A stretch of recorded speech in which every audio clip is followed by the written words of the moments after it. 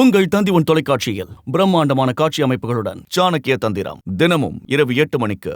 கோவை, நீலகிரி உள்ளிட்ட 10 மாவட்டங்களில் இன்று ஓரிரு இடங்களில் கனமழை பெய்ய வாய்ப்புள்ளதாக வானிலை ஆய்வு மையம் தெரிவித்துள்ளது.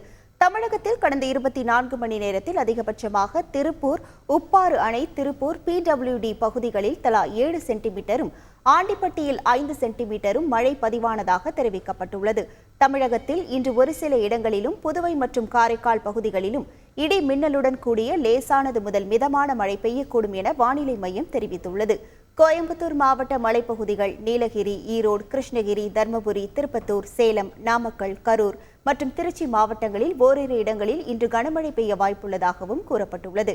சென்னை மற்றும் புறநகர் பகுதிகளில் அடுத்த 24 மணி நேரத்திற்கு வானம் ஓரளவு மேகமூட்டத்துடன் காணப்படும் என்றும், நகரின் ஒரு சில பகுதிகளில் இடி மின்னலுடன் கூடிய லேசான மற்றும் மிதமான மழை பெய்ய வாய்ப்புள்ளதாகவும் வானிலை மையம் தெரிவித்துள்ளது.